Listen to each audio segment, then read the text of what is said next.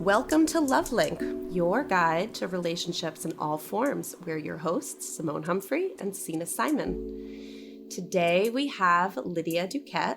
Welcome, Lydia. Hi, thank you. We're so excited for you to be here. Lydia is our newest member of Modern Mind. She is a therapist who works with adults and couples and specializes in grief. And we're really excited to be talking to her about grief today. But we also really want to get to know her and hear a little bit more about how she works.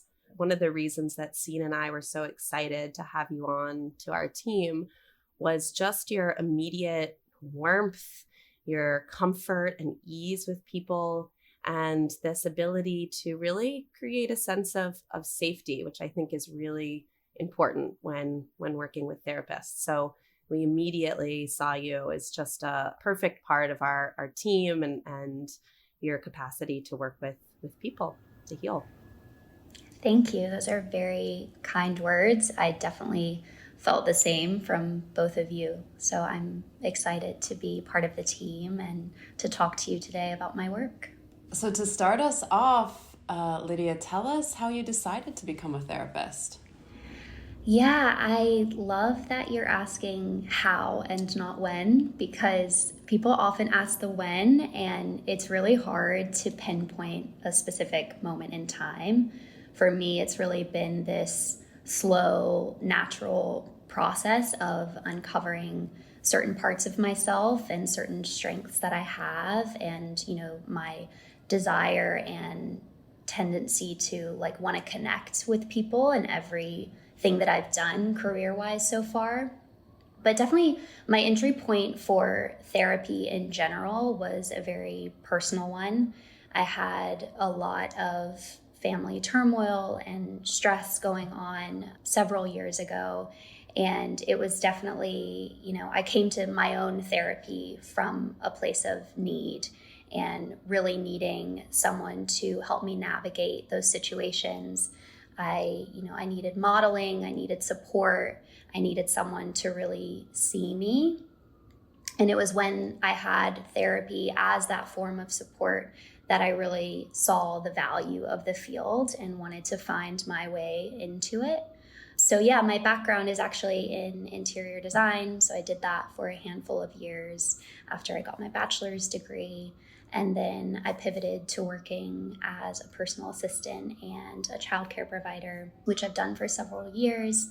And then I finally went back to get my master's in clinical social work because I was really seeing that in every role I held prior to now being a therapist, I was always craving, really connecting with people. And I wanted that to be at the forefront of my professional career. I just felt very pulled to this work, and it's been, the right fit for sure. So what would you say now that you're in the field, now that you've been doing the work, is the part that you love most about it? I think for me, it's the connection that you build with your patients, and that relationship between the therapist and the patient is so dynamic. And I love that you get to see a patient for who they are, and then in time they get to see you for who you are. I think that's really beautiful. And then that web of connection that you're weaving with your patients starts to expand from there. They're building better relationships. They're coming back to things that make them feel more themselves or make them feel like they can navigate the world with more authenticity. And yeah, I just love that. I love that it's such a beautiful dance of the human experience, and we get to experience other people and ourselves fully in the therapeutic space. And then the second piece of that is honesty. I think we're really conditioned to, not say certain things or not let ourselves feel certain things. But in therapy, you're encouraged to leave all of those preconceived notions at the door and really tap into honesty and deep reflection and exploring authentic emotions in the space. So for me, it's curiosity, connection, and honesty. Those are the things that really, make me feel pulled to this work. And then the last thing that I'll say is I love seeing how patients approach therapy. There's such a range. Like sometimes patients come into this space and they have a bullet point list of their goals and they know exactly what they want to accomplish. And then other times they come in looking for cues. They really want to be directed. They're not totally sure how it's going to go. And I love engaging with both ends of that and then also everything in between. It's just really dynamic. And I think, it's very personal to the patient and to the therapist, and it creates this like beautiful dynamic. I love how attuned you are to where people are at when they're coming into therapy, because it really is not one size fits all, and you really acknowledge that in your work, which I think is beautiful. Yeah. And I think, Lydia, to your point too, there's something so rich dynamically, psychodynamically about how a person approaches therapy. So if they come in with that to-do list that they have to check off everything, like that's likely a way that they're living their life outside of therapy. Or if they come in and they never know where to start, they feel really disorganized, really overwhelmed, like it's likely how they are outside. And so there's a lot to work with. So I love, it sounds like you're kind of starting the work just right there immediately in how they're bringing themselves. Yeah, absolutely. What are you coming in with? And I think also as a therapist, it's important to be hyper attuned to what you're bringing into the space on any given session.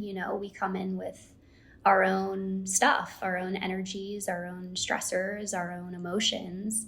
And so I really try to, take time before a session and acknowledge what my body's feeling, where my headspace is, so that I can do the same thing that I'm encouraging the patient to do. Right. So how do you work with patients to get them to this more truthful, authentic place? Yeah, I think for me, it's really helpful to start small and to not let the space feel overwhelming. I never want people to feel like they have to come into therapy and just dump their entire life story, and then the life story is immediately going to start being analyzed. I think that can feel really intimidating to people.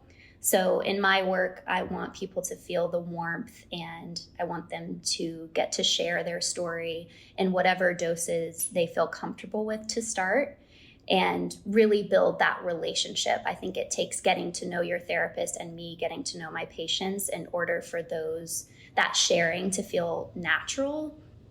And it does build a cadence over time. So yeah, I think letting people show me who they are in a rhythm that feels good and not like overstretching too many of those muscles that they may or may not have right off the bat is important to me. And yeah, I never want my patients to feel alone in the room, because sharing can be such a vulnerable thing. And I see that, I felt it in myself when I've been in my own therapy. So I always want them to feel my presence in some way, whether it's through validation or acknowledgement or really like sitting with hard feelings with them.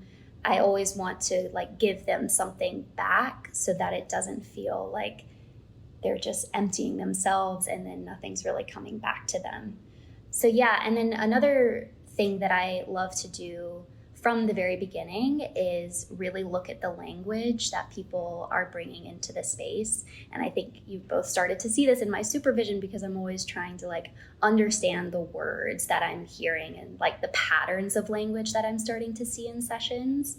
So for example, if someone comes in and says, I'm feeling really sad lately, rather than just taking that at face value and assuming that I know what it means, I will press back with more curiosity and say something like, can you say more about the word sad? Or what does sadness feel like for you today?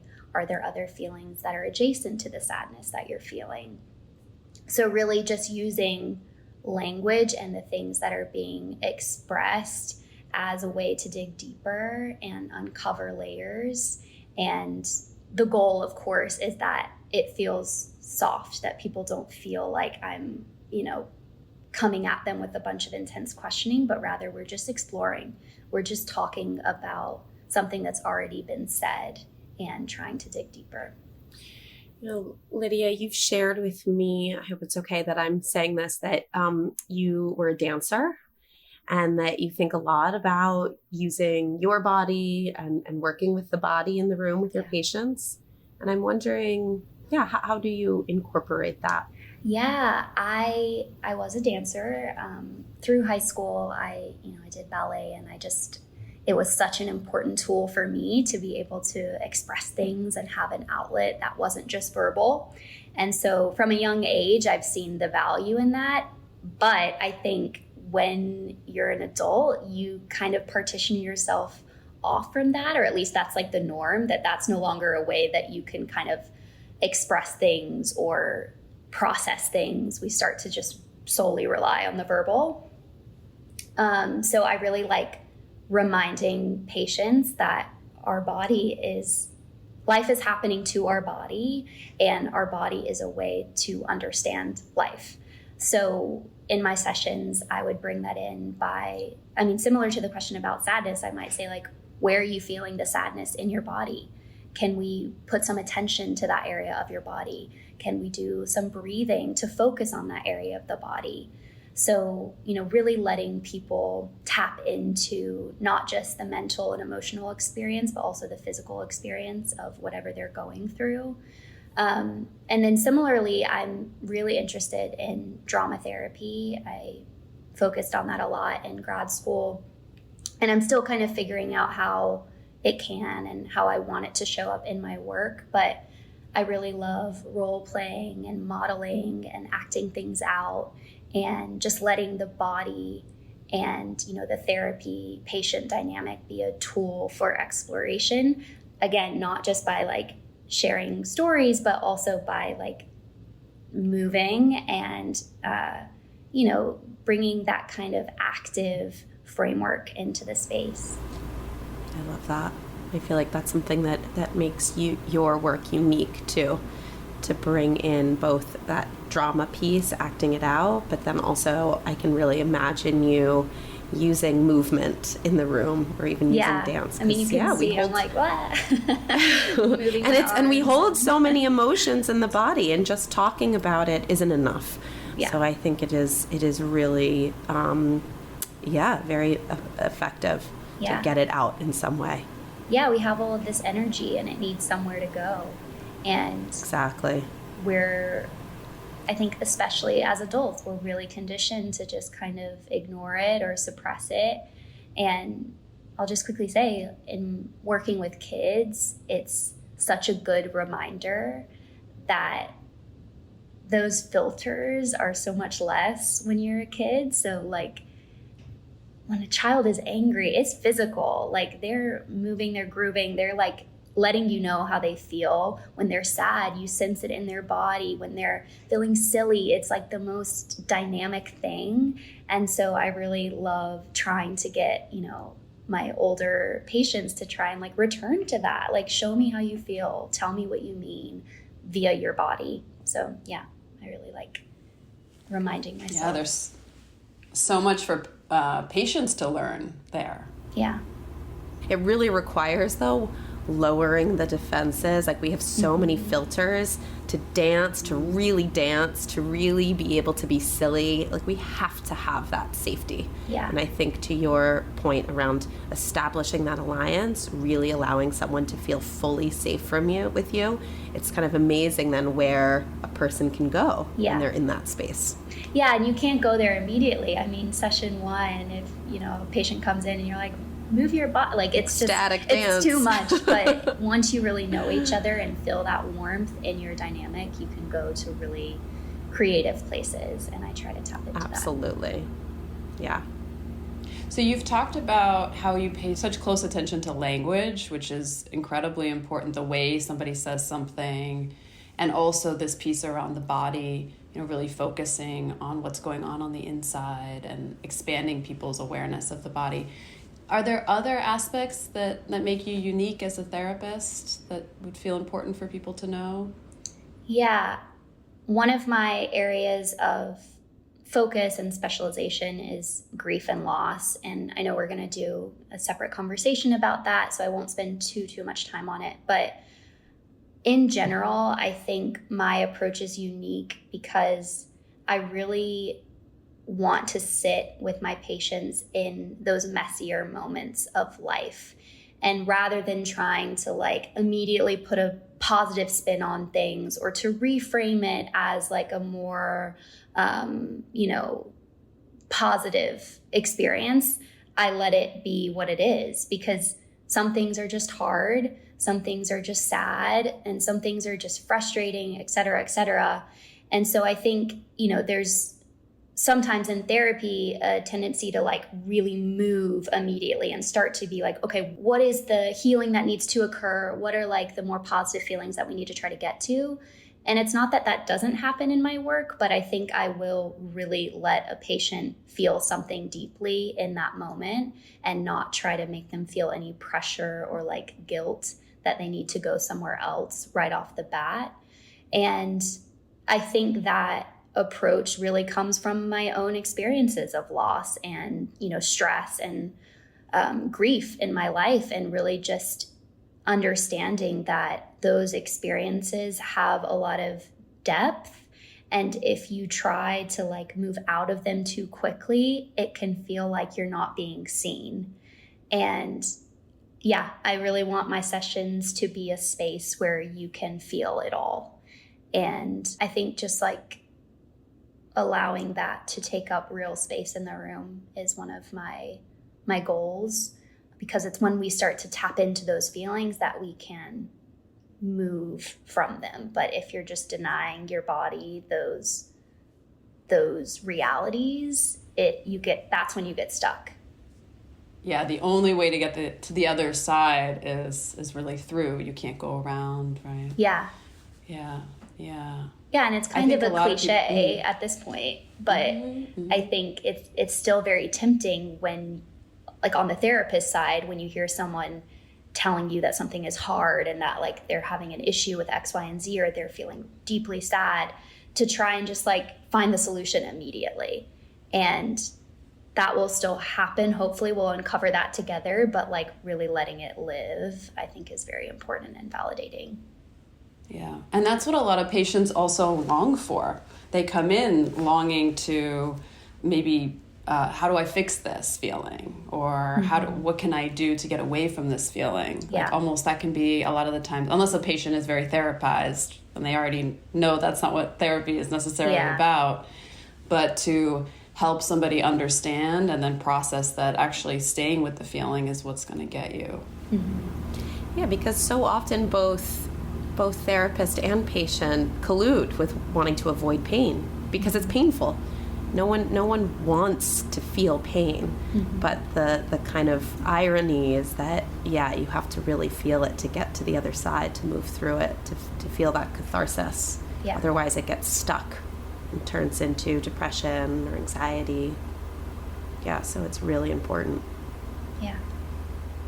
Yeah, it's very tempting when you're in that room, when you're in that relationship, to want to make someone feel better immediately. I mean, that's just like, if you're experiencing empathy, you want to make someone feel better.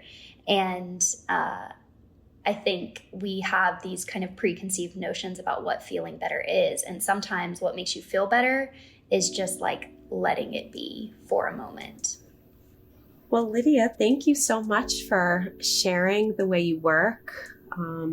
You have such a kind of beautiful way of both describing it and articulating it. And I think people would be really lucky to work with you. Thank you. Yeah. So if people want to find you, they can go to our website, www.modernmind.co, and take a look at your bio. And they can also reach out to you directly at lydia@modernmind.co. Thank you so much for having me. It was lovely to talk to you today.